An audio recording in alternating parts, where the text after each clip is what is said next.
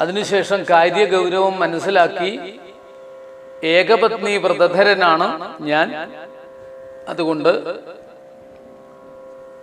ലക്ഷ്മണനെ സമീപിക്കാൻ പറയുന്ന രംഗം. പക്ഷേ ലക്ഷ്മണനുമായിട്ടുള്ള സംഭാഷണമൊക്കെ പറഞ്ഞു തെറ്റി. അതൊക്കെ നമ്മൾ സൂചിപ്പിച്ചു കഴിഞ്ഞു. വളരെയധികം വിഷമത്തോടുകൂടി ദുഃഖിതയായി നിലവിളിച്ചുകൊണ്ട് രക്തം വാർന്നുകൊണ്ട് അങ്ങനെ രാവണ സന്നിധിയിൽ, സഹോദരന്റെ സന്നിധിയിൽ ചെന്ന് വിലപിച്ചുകൊണ്ട് കാര്യങ്ങളൊക്കെ പറയുന്നു. ശാപതൂണീരങ്ങൾ ധരിച്ച താപസന്മാരായ ലക്ഷ്മണനെയും ശ്രീരാമനെയും അതിസുന്ദരിയായ സീതയെക്കുറിച്ചും താപസിയായ സീതയെക്കുറിച്ചൊക്കെ വിവരിക്കുന്നു. ശ്രീരാമോത്സംഗേ വാഴും ഭാമിനി തന്നെ കണ്ടാൽ നാരികളവണ്ണം മറ്റില്ലല്ലോ ലോകത്തിങ്കൽ, ദേവഗന്ധർവ നാഗമാനുഷനാരിമാരിലേവം കാൺമാനുമില്ല കേൾപ്പാനുമില്ല നൂനം. ഇതാരാണെന്ന് പറയാൻ പറ്റാത്ത രീതിയിലുള്ള ഒരു സുന്ദരിയാണ് രാമന്റെ കൂടെയുള്ളത് എന്നൊക്കെയുള്ള വിവരം അറിയിക്കുന്നു. ഇതൊക്കെ കേട്ടുകൊണ്ട് അതിബുദ്ധിശാലിയായ, വീരനായ, ശൂരനായ, പരാക്രമിയായ രാവണൻ രാത്രിയിൽ ഇങ്ങനെ ചിന്തിക്കുന്നു. പക്ഷെ ഒരു കാര്യം ഉറപ്പായി, വേണ്ടതുപോലെ തത്വജ്ഞാനത്തോടുകൂടി അത്യാനന്ദവും കൊണ്ട് കഴിഞ്ഞുകൂടുന്ന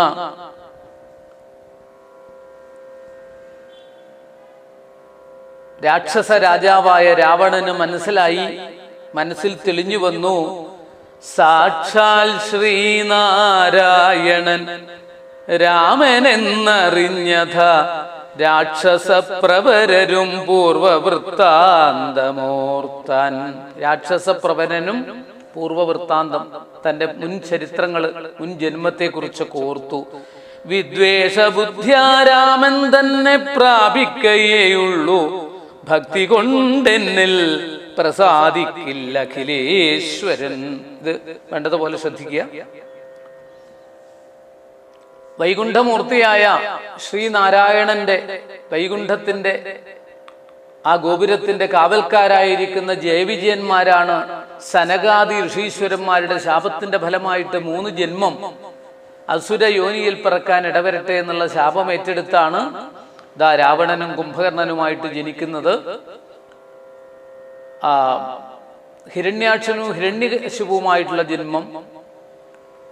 ഇങ്ങനെ ഓരോ യുഗത്തിലും ത്രേതായുഗം കഴിഞ്ഞിനി ദ്വാപരയുഗത്തിലേക്ക് എത്തുന്ന സമയത്താണ് ശിശുപാലനും ദന്തഭക്തനൊക്കെ ആയിട്ട് ജനിക്കുന്നത്. രാവണൻ എന്തൊക്കെ ഓർമ്മ വന്നു. വിദ്വേഷ ബുദ്ധി കൊണ്ട് മാത്രമേ അഖിലേശ്വരനായ നാരായണൻ എന്നോട് പ്രസാദിക്കുള്ളൂ എന്ന് വരം തന്നിട്ടുണ്ട്, അല്ലാതെ ഭക്തി കൊണ്ടല്ല പ്രസാദിക്കുക. അതുകൊണ്ട് വിദ്വേഷം തന്നെയാണ് ഭഗവാനിലേക്ക് ഇനി എനിക്ക് എത്രയും പെട്ടെന്ന് അടുക്കാനുള്ള മാർഗമെന്ന് ചിന്തിച്ച് അതങ്ങനെ മനസ്സിലുറപ്പിച്ചു. അതിനനുസരിച്ച് വിദ്വേഷം വളർത്തുന്ന തരത്തിലുള്ള പ്രവർത്തനങ്ങളാണ് ഉണ്ടായിട്ടുള്ളത്. ഇവിടെ ദശാനൻ മാരീജ ആശ്രമത്തിലേക്ക് ചെല്ലുന്നു. അമ്മാവനായ മാരീജന്റെ ആശ്രമത്തിൽ ചെന്ന് അദ്ദേഹത്തിന്റെ അവസ്ഥ എന്താണ്? മൗനവും പൂണ്ടു ജടാവൽക്കലാദിയും ധരിച്ച് ആനന്ദാത്മകനായ രാമനെ ധ്യാനിച്ചുള്ളിൽ രാമരാമേതി ജപിച്ചുറച്ചു സമാധി പൂണ്ടാമോദത്തോടു മരുവീടിന മാരീജനും. പെട്ടെന്ന് അങ്ങനെ ആനന്ദസാഗരത്തിൽ രാമനാമവും ജപിച്ച് തന്റെ ആശ്രമത്തിൽ കഴിഞ്ഞുകൂടുന്ന മാരീജന്റെ സമീപത്തേക്ക് വരുന്നതും അങ്ങനെ സീതയെ അപഹരിച്ചു കൊണ്ടുവരുന്നതിന് വേണ്ടിയിട്ടുള്ള സ്വന്തം പട്ടമഹർഷിയായി വാഴിക്കുന്നതിന് വേണ്ടിയിട്ടുള്ള ആഗ്രഹങ്ങളും അതിനുള്ള ഉപായങ്ങളും പറയുന്നു. നിവർത്തിയില്ല, രാവണ ആജ്ഞയായതുകൊണ്ട് അത് സ്വീകരിക്കുകയാണ്. അത് സ്വീകരിച്ചില്ലെങ്കിൽ അപകടം ഉണ്ടാകും എന്ന് മനസ്സിലായി. അതായത് സ്ത്രീലമ്പടനായ രാവണന് രാവണന്റെ ഇംഗിതത്തിന് വഴങ്ങിയിട്ട് പ്രവർത്തിച്ചില്ലെങ്കിൽ രാവണന്റെ കൈകൊണ്ട് മരിക്കാൻ ഇടവരും. ഈ ദുഷ്ടന്റെ കൈകൊണ്ട് മരിക്കാൻ ഇടവരുന്നതിനേക്കാൾ നല്ലത് ശ്രീരാമന്റെ കൈകൊണ്ടുള്ള ആ മരണം, അത് മോക്ഷത്തിലേക്ക് എത്തുമെന്ന് ചിന്തിച്ച് മാരീചൻ അതിനനുസരിച്ച് പ്രവർത്തിക്കുന്നു. അങ്ങനെയാണ് ഒരു കനകമൃഗമായിട്ട്, സ്വർണ്ണ നിറമുള്ള മായാമൃഗമായിട്ട്, പൊന്മാനായിട്ട് രാമാശ്രമത്തിൽ സീതയുടെ മുന്നിലേക്ക് കൗതുകത്തോടുകൂടി വരുന്നു. പൊന്മാൻ ആശ്രമ പരിസരത്ത് മേഞ്ഞു നടക്കുന്നു. സീതയെ മോഹിപ്പിക്കാനായിട്ട് അത് തുള്ളിച്ചാടി നടക്കുകയൊക്കെ ചെയ്യുന്ന രംഗം. ഈ സമയം സീതാദേവി പൂ പറിക്കാനായിട്ട് വെളിയിലേക്ക് വന്നു. ദേവിയുടെ കണ്ണ് ആ മായപ്പൊന്മാനിൽ പതിഞ്ഞു. ജീവനോട് കിട്ടിയാൽ വളർത്താം എന്ന ആഗ്രഹമുണ്ടായി. ഒടുവിൽ കുറെ കാലം കഴിഞ്ഞ് തിരിച്ച് അയോധ്യയിലേക്ക് പോകുമ്പോൾ ഈ പൊന്മാനിനെ അയോധ്യയിലേക്ക് കൊണ്ടുപോകാം. അഥവാ ജീവനോടെ ഇല്ലെങ്കിൽ ഇതിന്റെ അതിമനോഹരമായ തൊലിയെങ്കിലും, മാൻതോലെങ്കിലും, ഈ കൃഷ്ണമൃഗത്തിന്റെ തൊലിയെങ്കിലും കൊണ്ടുപോകാം എന്നുള്ള ചിന്ത മനസ്സിലുണ്ടായോ എന്ന് സംശയം. കണ്ണിന് സന്തോഷമുണ്ടാക്കുന്ന ഏതു വസ്തുവും ആഗ്രഹിക്കുക എന്നുള്ളത് ഒരു സ്ത്രീ സ്വഭാവമാണ്. അങ്ങനെയുള്ള സ്വഭാവത്തിന്റെ പരിണിത ഫലമായിട്ടാണ് പല ദുഃഖങ്ങളും വരുന്നത്. പലതും കണ്ട് മോഹിച്ച് നമ്മൾ അതിന്റെ പിറകെ പോകുമ്പോഴാണ് നമുക്ക് ദുഃഖങ്ങൾ ഉണ്ടാകുന്നത്, വലിയ വലിയ ദുഃഖങ്ങൾ ഉണ്ടാകുന്നതെന്ന് രാമായണം ഇവിടെ കാണിച്ചു തരുന്നു. മായാമൃഗം ദയിതയേപ്സിതമന്വധാവൽ വന്ദേ മഹാപുരുഷത്തെ ചരണാരവിന്ദം. മായാമൃഗം, ദൈതയപ്സിതം, ഭാര്യയാൽ പ്രേരിതനായി മായാമൃഗത്തിന്റെ പിന്നാലെ പോയിട്ട് അപകടം പണിഞ്ഞവനായ ശ്രീരാമേന്ദ്രസ്വാമി എന്ന് ശ്രീമദ് ഭാഗവതത്തിൽ ഉപദേശിച്ചു തരുന്നുണ്ടെങ്കിൽ, ഈ ഒരു രംഗം, ആ ഒരു സ്വഭാവം കണ്ട അത് മനോഹരായിട്ടുണ്ട് കേട്ടോ, അതെന്നാ നമുക്ക് വേണം, വീട്ടിലേക്ക് കൊണ്ടുപോകാൻ വേണം എന്ന് പറയുന്ന ആ ഒരു സ്വഭാവം അതുകൂടി ഇവിടെ കാണിച്ചു തന്നു. സീത പറയുകയാണ്, ഭർത്താവേ കണ്ടീലയോ കനകമൃഗമെത്രയും ചിത്രം ചിത്രം രത്നഭൂഷിതമിതം പേടിയില്ലിതിനേതും എത്രയും അടുത്തു വന്നിടുന്നു മെരുക്കമുണ്ടെന്നത്രയുമെന്നു തോന്നും. ഇടയ്ക്ക് ഇങ്ങനെ തുള്ളിച്ചാടി ഇങ്ങനെ കളിക്കുന്നു, അവിടെ പെട്ടെന്ന് നിൽക്കുന്നു, പുല്ലും കടിച്ചുകൊണ്ട്. അടുത്തേക്ക് പോകുമ്പോൾ നല്ല മെരുക്കമുള്ള ഏതോ ഒരു ആശ്രമജീവിയായിട്ട് തോന്നുന്നു. പക്ഷെ അടുത്തെത്തുമ്പോൾ രണ്ട് ചാട്ടം ചാടുന്നു.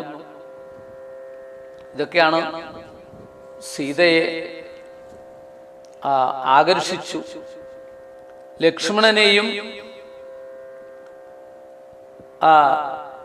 ജടായുവിനെയൊക്കെ കാവൽ നിർത്തിക്കൊണ്ട് എന്ത് ചെയ്തു? മായാമൃഗം, സീതയാൽ പ്രേരിതനായിട്ട്, ഭാര്യയാൽ പ്രേരിതനായിട്ട് ഈ മായാമൃഗത്തിന്റെ പിന്നാലെ രാമൻ പുറപ്പെട്ടു. ആശ്രമത്തിൽ നിന്നതാ അകന്നകന്നു പോവുകയാണ്. രാമനെ അകറ്റുക എന്നുള്ള ഒരു ലക്ഷ്യം ആണ് ഈ മാനിനുണ്ടായത്, മായാമൃഗത്തിനുണ്ടായത്. അങ്ങനെ കുറെ എങ്ങനെ അകലെ എത്തി. ജീവനോടെ പിടിക്കാൻ കഴിയില്ല എന്ന് തോന്നുകയാണ്. കാരണം അടുത്തെത്തുമ്പോൾ വീണ്ടും തുള്ളിച്ചാടി അകലേക്ക് പോകുന്നു. വീണ്ടും അടുത്തെത്തുമ്പോൾ അപ്പൊ ജീവനോടെ പിടിക്കാൻ കഴിയില്ല. അടുത്ത് തൊട്ടു തൊട്ടില്ല എന്ന് വെച്ച് അടുത്തെത്തുമ്പോൾ വീണ്ടും. ഈ സന്ദർഭത്തില് ആശ്രമത്തിൽ നിന്ന് അകന്നുപോയി. ഈ സമയത്താണ് രാമൻ അമ്പ് തൊടുത്തു വിട്ടത്. മാരീചൻ സ്വന്തം വേഷം ധരിച്ച് കിടുകിട വിറച്ചു. ഹാ ഹാ ഹാ ലക്ഷ്മണ മമ ഭ്രാതാവേ സഹോദര ഹാ ഹാ മേ വിധിബലം പാഹി മാം ദയാനിധേ പാഹി മാം ദയാനിധേ.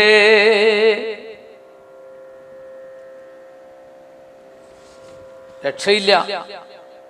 ആ നിലവിളി കേട്ടു, സീതാദേവി കേട്ടു. ലക്ഷ്മണൻ അത് ശ്രദ്ധിച്ചു. ലക്ഷ്മണന് മനസ്സിലായി ഇത് രാക്ഷസന്മാരുടെ മായാപ്രയോഗമാണ്, ഇതൊക്കെ ഇവിടെ ധാരാളം ഉണ്ടാകും. അതൊക്കെ ഉറപ്പിച്ചുകൊണ്ട് രാമനുമായിട്ടുള്ള ബന്ധത്തിൽ അതൊക്കെ തിരിച്ചറിഞ്ഞ ലക്ഷ്മണൻ മനസ്സുറപ്പോടുകൂടി നിന്നു. പക്ഷേ സീതാദേവി പറഞ്ഞു, എത്രയും പെട്ടെന്ന് പുറപ്പെടൂ. അത് ആരുടെ ശബ്ദമാണ്? മാരീചനാണ് നിലവിളിക്കുന്നതെങ്കിലും ജ്യേഷ്ഠന്റെ ശബ്ദത്തിലാണ് എന്നൊരു തോന്നിപ്പിക്കൽ, അതാണ് മായാപ്രയോഗമെന്ന്. അതേ ശബ്ദം, അതേ സ്വരമാണെന്ന് തോന്നി. അതാ എന്തോ അപകടം പിണഞ്ഞു, വേഗം പോകൂ എന്ന് ലക്ഷ്മണനോട് പറയുന്നു. ലക്ഷ്മണൻ തമ്മിലുള്ള സംഭാഷണം. സീതയ്ക്ക് ഇവിടെ അപകടം സംഭവിക്കുകയാണ്.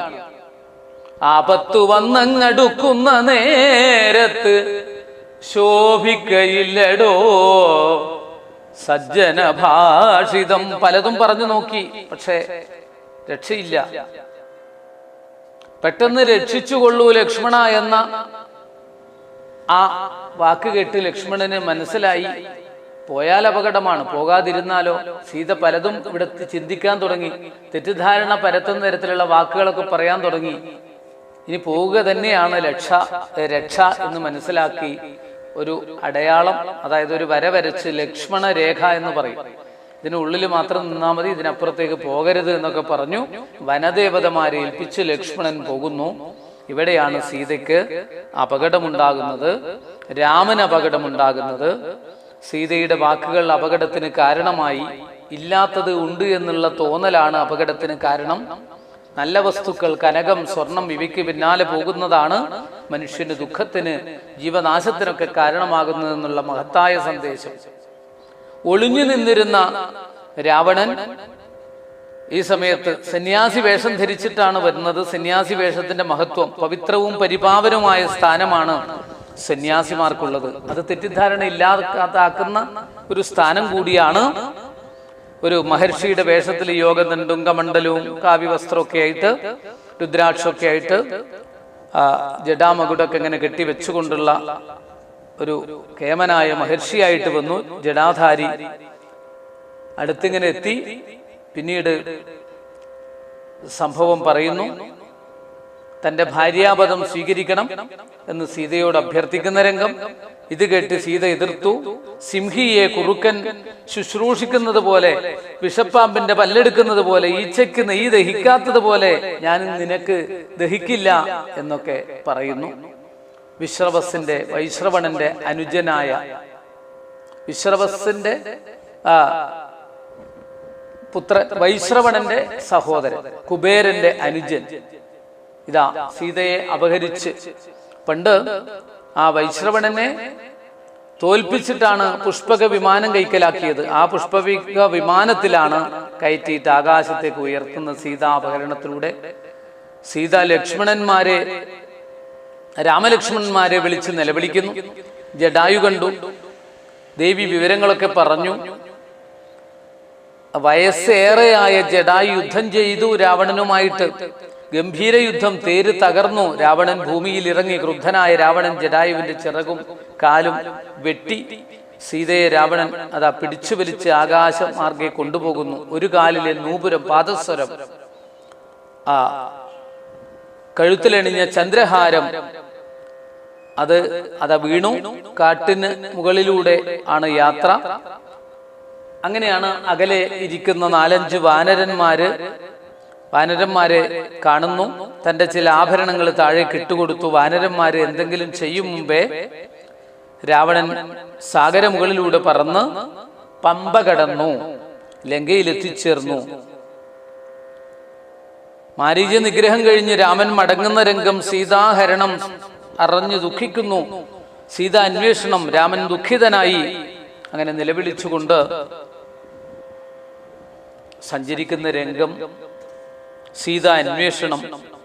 വനദേവതമാരെ നിങ്ങൾ കണ്ടോ, വനജേക്ഷണയായ സീതയെ എന്ന് പറഞ്ഞ് നിലവിളിക്കുന്ന രംഗങ്ങളൊക്കെ ആണ്. സീത അന്വേഷണം തുടങ്ങിയിട്ടുള്ള രംഗങ്ങളൊക്കെയാണ് ഇനി നമുക്ക് ഇന്നത്തെ സുദിനത്തിൽ അല്പം പാരായണം ചെയ്യാനുള്ളത്. മായാ നിർമ്മിതമായ കനകമൃഗം കണ്ടു മായാ സീതയും രാമചന്ദ്രനോടരുൾ ചെയ്താൾ. ഭർത്താവേ കണ്ടീലയോ കനകമയ മൃഗം എത്രയും ചിത്രം ചിത്രം രത്നഭൂഷിതമിതം പേടിയിൽ ഇതിനേതുമെത്രയും അടുത്തു വന്നിടുന്നു മെരുക്കമുണ്ടെത്രയുമെന്നു തോന്നും കളിപ്പാൻ അതിസുഖമുണ്ടിതു നമുക്കിങ്ങു വിളിച്ചിടുക വരുമെന്നു തോന്നുന്നു നൂനം പിടിച്ചുകൊണ്ടിങ്ങു പോന്നിടുക വൈകിടാതെ മടിച്ചിടരുതേതും ഭർത്താവേ ജഗൽപദേ അടുത്തു ചെല്ലുന്നേരം വേഗത്തിലോടിക്കളഞ്ഞടുത്തുകൂടാ എന്നു തോന്നുമ്പോൾ മന്ദം മന്ദം അടുത്തു വരുമപ്പോൾ പിടിപ്പാൻ ഭാവിച്ചിടും പടുത്വമോടു ദൂരെ കുതിച്ചു ചാടുമപ്പോൾ ഇങ്ങനെ തന്നെയൊട്ടു ദൂരത്തായതു നേരം എങ്ങനെ പിടിക്കുന്നു വേഗമുണ്ടിതിനേറ്റം എന്നുറച്ചാശ വിട്ടു രാഘവൻ ഒരു ശരം നന്നായി തൊടുത്തുടൻ വലിച്ചു വിട്ടിടിനാൾ പൊന്മാനുമതു കൊണ്ടു ഭൂമിയിൽ വീണ നേരം വന്മല പോലെയൊരു രാക്ഷസവേഷം പൂണ്ടാൻ മാരീജൻ തന്നെ ഇതു ലക്ഷ്മണൻ പറഞ്ഞതു നേരത്രേ എന്നു രഘുനാഥനും നിരൂപിച്ചു ബാണമേറ്റവനിയിൽ വീണപ്പോൾ മാരീജനും പ്രാണവേദനയോടു കരഞ്ഞാനയ്യോ പാപം ഹാഹാ ലക്ഷ്മണ മമ ഭ്രാതാവേ സഹോദര ഹാഹാ മേ വിധിബലം പാഹിമാം ദയാനിധേ ആതുരനാദം കേട്ടു ലക്ഷ്മണനോടു ചൊന്നാൾ സീതയും സൗമിത്രേ നീ ചൊല്ലുക വൈകിടാതെ അഗ്രജനുടെ വിലാപങ്ങൾ കേട്ടിയിലേ ഭവാൻ ഉഗ്രന്മാരായ നിശാചരന്മാർ കൊല്ലും മുമ്പേ രക്ഷിച്ചുകൊള്ളുക ചെന്നു ലക്ഷ്മണ മടിയാതെ ദുഃഖിയായി കാര്യേ ദേവി കേൾക്കണം മമ വാക്യം മാരീജൻ തന്നെ പൊന്മാനായി വന്നതവൻ നല്ല ചോരനത്രയുമേവം കരഞ്ഞതവൻ തന്നെ അന്ധനായി ഞാനും ഇതു കേട്ടുപോയി അകലുമ്പോൾ നിന്തിരുവടിയെയും കൊണ്ടുപോയിടാമല്ലോ പങ്ക്തിഗന്ധരൻ തനിക്കതിനുള്ളുപായം ഇത് എന്തറിയാതെ അരുൾ ചെയ്യുന്നിതത്രയല്ല. സീതാദേവി പറഞ്ഞതിന് മറുപടി പറഞ്ഞുവെങ്കിലും ഈ ശോഭിക്കുന്നില്ല സജ്ജന ഭാഷിതം ആപത്ത് വന്നെടുക്കുന്ന സമയത്ത് വിനാശകാലേ വിപരീത ബുദ്ധി എന്ന അവസ്ഥയാണ് ഉള്ളത്.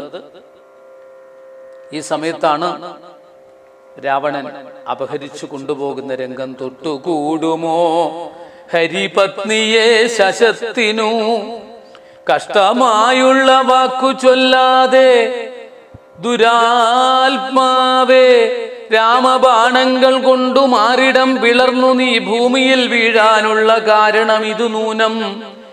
ഇങ്ങനെ സീതാവാക്യം കേട്ടു രാവണനേറ്റം തിങ്ങീടും ക്രോധം പൂണ്ടു മൂർച്ഛിതനായ നേരം തന്നുടെ രൂപം നേരെ കാട്ടിനാൻ മഹാഗിരി സന്നിഭം ദശാനനം വിംശതി മഹാഭുജം അഞ്ജനശൈലാകാരം കാണായ നേരമുള്ളിൽ അഞ്ജസാ ഭയപ്പെട്ടു വനദേവതമാരും രാഘവ പത്നിയെയും തേരതിലെടുത്തവൻ എടുത്തവച്ചാകാശമാർഗേ ശീഘ്രം പോയതു ദശാസ്യനും. ഹാഹാ രാഘവ രാമസൗമിത്രേ കാരുണ്യാബ്ധേ ഹാ മൽപ്രാണേശ്വര പാഹി മാം ഭയാതുരം. ഇത്തം സീതാവിലാപം കേട്ടു പക്ഷീന്ദ്രനും സത്വരമുത്ഥാനം ചെയ്തെത്തിനാൻ ജടായുവും. തിഷ്ടതിഷ്ടാഗ്രേ മമ സ്വാമിതൻ പത്നിയെയും കട്ടുകൊണ്ടെവിടേക്കു പോകുന്നു മൂഢാത്മാവേ. അധ്വരത്തിങ്കൽ ചെന്നു ശുനകൻ മന്ത്രം കൊണ്ടു ശുദ്ധമാം പുരോടാശം കൊണ്ടുപോകുന്ന പോലെ പദ്ധതി മധ്യേ പരമോദ്ധത ബുദ്ധിയോടും ഗൃദ്ധരാജനും ഒരു പത്രവാനായുള്ളൊരു ക്രുദ്ധരാജനെ പോലെ ബദ്ധവൈരത്തോടതിക്രുദ്ധനായ അഗ്രേ ചെന്നു യുദ്ധവും തുടങ്ങിനാൻ. അബ്ധിയും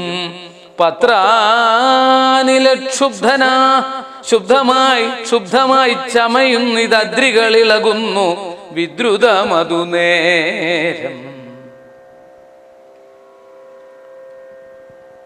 ഈ സമയത്താണ് സീതാദേവിയുടെ അടയാളങ്ങളൊക്കെ ഉൾക്കൊള്ളുന്നത്. രാമനെ കാണുന്നത് വരെ മരണം ഉണ്ടാകില്ല എന്നുള്ള അനുഗ്രഹം ഭർത്താവ് തന്നെ കണ്ടു വൃത്താന്തം പറഞ്ഞൊഴിഞ്ഞുത്തമനായ നിന്റെ ജീവനും പോകായി എന്ന്. അതുവരെ നിൽക്കും, കാരണം അത്ര അപകടത്തിലാണ്. കാലും ചിറകൊക്കെ അരിഞ്ഞു കളഞ്ഞിരിക്കുന്നു രാവണൻ. ആ അനുഗ്രഹം കൊടുത്തു. അത് കഴിഞ്ഞ് രാവണൻ ലങ്കയിലേക്ക് എത്തുന്ന രംഗം. അതിനിടയിലാണ് പാദസരവും ഇപ്പൊ ഇവിടെ കിട്ടിയെന്ന് പറഞ്ഞു. അതുപോലെ ചില ആഭരണങ്ങളൊക്കെ വാനരന്മാർക്ക് കിട്ടുകയാണ്. വാനരന്മാരിയ്ക്കുന്നു, അവർക്ക് എറിഞ്ഞു കൊടുക്കുന്നു. കിഷ്കിന്ധയിലാണ് അത് സംഭവം. അങ്ങനെ രാവണന്റെ രാജധാനിയിലേക്ക്, കൊട്ടാരത്തിലേക്ക്, അല്ലെങ്കിൽ ആ കൊട്ടാരത്തിന് സമീപമുള്ള ഉദ്യാനത്തിൽ പാർപ്പിക്കുന്നത്. ആ രംഗങ്ങളൊക്കെ ഒരു ഭാഗത്ത് നമുക്ക് അനുസ്മരിക്കാം. ഇവിടെ സീതയെ കാണാതെ വിഷമിച്ച് പർണശാലയിൽ സീതയ്ക്കായു ആരൊരു തുണയുള്ളൂ, എന്തിനിങ്ങോട്ടു പോന്നു ജാനകി തന്നെ ബലാൽ എന്തിനു വെടിഞ്ഞു നീ രാക്ഷസരവളെയും കൊണ്ടുപോകയോ കൊന്നു ഭക്ഷിച്ചു കളകയോ. വിഷമം കൊണ്ട് ലക്ഷ്മണനെ കണ്ട ഉടനെ ശ്രീരാമൻ പറയുന്ന വാക്കുകൾ തിരിച്ച് ആശ്രമത്തിലേക്ക് വരുമ്പോഴും ഉദ്ദേശിച്ചതുപോലെ സംഭവിച്ചു. സീതയെ കാണാനില്ല. ഹാ ലക്ഷ്മണ പരിത്രാഹി സൗമിത്രേ ശീഘ്രം. ഹാ രാക്ഷസനെന്നെ നിഗ്രഹിച്ചിടും അപ്പോൾ. അങ്ങനെ വിലപിച്ച ഒരു രംഗമുണ്ടായിരുന്നു. ജ്യേഷ്ഠന്റെ വിലാപം കേട്ടിട്ടാണ് സീത പറഞ്ഞതനുസരിച്ചാണ് ഞാൻ പുറപ്പെട്ടത്, എനിക്കതല്ലാതെ വേറെ നിവൃത്തിയില്ല എന്ന് പറഞ്ഞു. ഈ സമയത്ത് ഇതാ ദുഃഖത്തോടുകൂടി ഹാ ഹാ വല്ലഭേ സീതേ ഹാ ഹാ മൈഥിലീ നാഥേ ഹാ ഹാ ജാനകീ ദേവി ഹാ ഹാ മൽ പ്രാണേശ്വരി. എന്നെ മോഹിപ്പിപ്പതിനായി മറഞ്ഞിരിക്കയോ ധന്യേ നീ, വെളിച്ചത്തു വന്നീടൂ മടിയാതെ. ഇത്തരം പറകയും കാനനം തോറും നടന്ന് അത്തൽ പൂണ്ടന്വേഷിച്ചും കാണാഞ്ഞു വിവശനായി വനദേവതമാരെ നിങ്ങളുമുണ്ടോ കണ്ടു വനജേക്ഷണയായ സീതയെ. സത്യം ചൊൽവിൻ മൃഗസഞ്ചയങ്ങളെ നിങ്ങളുമുണ്ടോ കണ്ടു മൃഗലോചനയായ ജനകപുത്രി തന്നെ പക്ഷി സഞ്ചയങ്ങളെ നിങ്ങളുമുണ്ടോ കണ്ടു? പക്ഷ്മളാക്ഷിയേ മമ ചൊല്ലുവിൻ പരമാർത്ഥം. വൃക്ഷവൃന്ദമേ പറഞ്ഞിടുവിൻ പരമാർത്ഥം. പുഷ്കരാക്ഷിയെ നിങ്ങളെങ്ങാനുമുണ്ടോ കണ്ടു? ഇത്തം ഓരോന്ന് പറഞ്ഞുകൊണ്ട് അങ്ങനെ ദുഃഖിക്കുന്ന രംഗം. അങ്ങനെ അവിടെ നിന്നങ്ങനെ കാട്ടിലൂടെ ദുഃഖത്തോടുകൂടി നിലവിളിച്ചുകൊണ്ട് മായയാ മനുഷ്യഭാവേന ചിന്മയനഖണ്ഡാനന്ദാത്മകൻ ജയൻ ജഗന്മയൻ മായയാ മനുഷ്യഭാവേന ദുഃഖിച്ചിരിനാൻ കാര്യമാനുഷൻ മൂഢാത്മാക്കളെ ഒപ്പിപ്പാനായി. തത്വജിജ്ഞാസന്മാർക്ക് സുഖദുഃഖഭേദങ്ങളൊന്നും ചിത്തേ തോന്നുകയുമില്ല അജ്ഞാനമില്ലായ്കയാൽ. ദുഃഖിച്ചുകൊണ്ട് അങ്ങനെ ശ്രീരാമൻ സഞ്ചരിക്കുന്നു. അപ്പോഴാണ് ജടായുവിനെ കാണുന്നത്. ആ ജടായുവിൻ്റെ സദ്ഗതി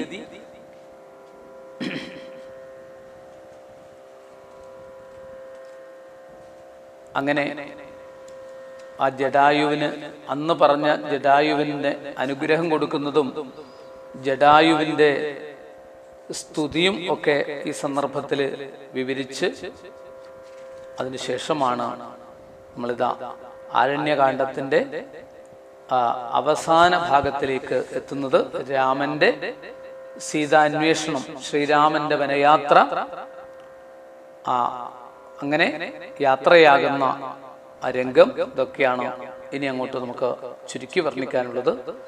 സ്വസ്തി പ്രജാഭ്യ പരിപാലയന്താം ന്യായേണ മാർഗേണ മഹിം മഹീഷാഃ ഗോബ്രാഹ്മണേഭ്യ ശുഭമസ്തു നിത്യം ലോകാ സമസ്താ സുഖിനോ ഭവന്തു. ഭജേ വിശേഷ സുന്ദരം സമസ്ത പാപഖണ്ഡനം സ്വഭക്ത ചിത്തരഞ്ജനം സദൈവ രാമമദ്വയം ജഡാകലാപശോഭിതം സമസ്ത പാപനാശകം സ്വഭക്ത ഭീതി ഭഞ്ജനം ഭജേഹ രാമമദ്വയം നിജസ്വരൂപബോധകം കൃപാകരം ഭവാഭകം സമം ശിവം നിരഞ്ജനം ഭജേഹ രാമമദ്വയം കായേന വാചാ മനസേന്ദ്രിയൈർവാ ബുദ്ധ്യാത്മനാ വാ പ്രകൃതേ സ്വഭാവാൽ കരോമി യദ്യൽ സകലം പരസ്മൈ നാരായണായേതി സമർപ്പയാമി. ഹരേ രാമ രാമ രാമ ഹരേ ഹരേ, ഹരേ കൃഷ്ണ കൃഷ്ണ കൃഷ്ണ ഹരേ ഹരേ, ഹരേ രാമ രാമ രാമ ഹരേ ഹരേ, ഹരേ കൃഷ്ണ കൃഷ്ണ കൃഷ്ണ ഹരേ ഹരേ. നമസ്കാരം.